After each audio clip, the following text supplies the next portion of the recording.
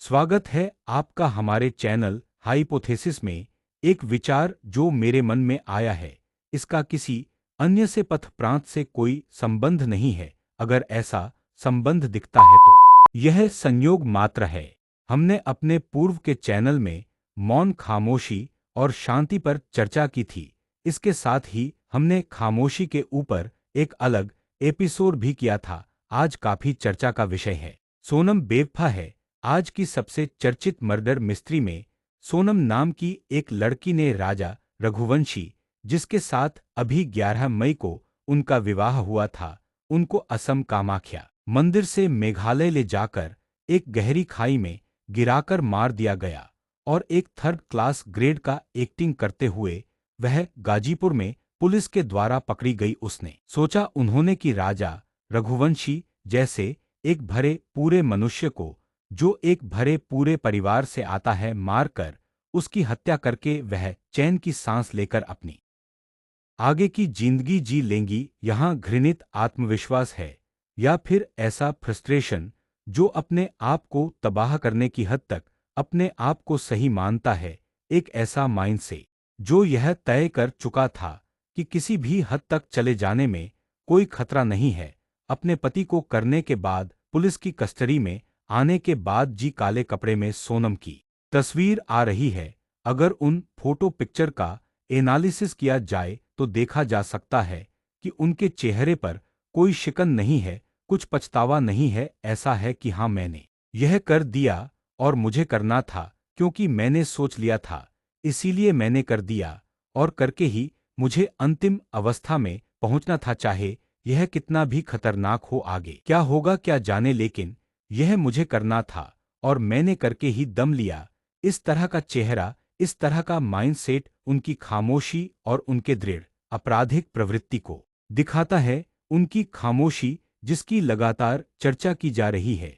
राजा के दोस्त आशीष के द्वारा कहा गया कि राजा 12-13 लगातार कॉल करता था, उसके बाद 10-15 सेकंड के लिए बात होती थी। राजा कई बार कॉल करता था और सोनम फोन नहीं उठाती थी। राजा की बहन सृष्टि ने कहा उसकी भाभी का व्यवहार इग्नोर करने जैसा था। वह सबसे खुलना मिलना नहीं चाहती थी, वह सबसे बात नहीं करना चाहती थी और वह सबसे बात नहीं करती थी।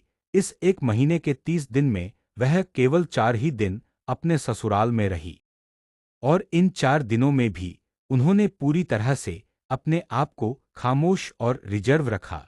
उसके बाद जब वह अपने मायके इंदौर में अपने घर लौट गई, वहां से उन्होंने सारा प्लान सेट करके अपने पति को लेकर मेघालय गई। देखने में और कहने सुनने में लगता है कि बस अभी हुआ, अभी प्लानिंग की, अभी बात हुई और अभी सब कुछ हो गया। लेकिन जैसा कि हमने पूर्व अपने खामोशी के एपिसोड में भी चर्चा की थी, यह जो अभी हो गया वहां अभी नहीं हुआ, यह कभी कभी होते हुए अभी हुआ है। इसका अर्थ क्या है?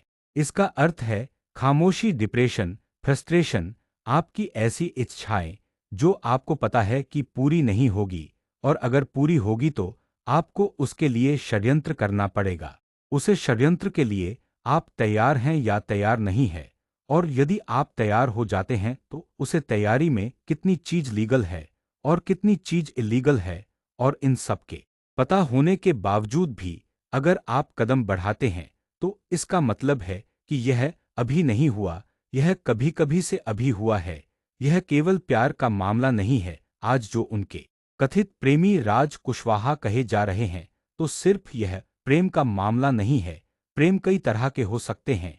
यह प्रेम करने वाले व्यक्ति के ऊपर भी निर्भर है और वह किसी से प्रेम कर रहा है, इससे भी उसकी निर्भरता का पता चलता है। अभी अगर हम पीछे देखें तो मुस्कान नाम की एक लड़की का, जिसने नीले ड्रम में अपने पति को टुकड़ों में करके डाल दिया, उसका मामला भी सामने आता है। लेकिन कहीं ना कहीं हम एक अनपढ़ और एक पढ़े लिखे में फर्क कर सकते हैं, लेकिन दोनों की मेंटालिटी, मानसिक स्थिति एक जैसी है। लेकिन यहाँ पर सोनम मुस्कान से कहीं ज्यादा खतरनाक है, क्योंकि उसने जानते हुए एक ऐसी प्लानिंग करने की कोशिश की जो अगर सफल हो जाती तो शायद राजा की आत्मा सर्वकालिक तड़पती ही रहती। लेकिन ऐसा नहीं हुआ। एक पढ़ी लिखी अच्छे मन सेट की लड़की जो अपनी नौकरी करती है, आगे दूसरे पार्ट में।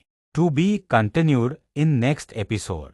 हमें कमेंट में जरूर बताएं हमारा चैनल आपको कैसा लग रहा है, ताकि हम इसमें और सुधार कर पाए। आपकी बहुमूल्य सुझाव हमारे लिए अत्यंत महत्वपूर्ण है। आशा करते हैं हमारे चैनल के सारे एपिसोड आपको अच्छे लग रहे हैं। हमारे चैनल को लाइक करें, शेयर करें और जरूर जरूर सब्सक्राइब करें। धन्यवाद।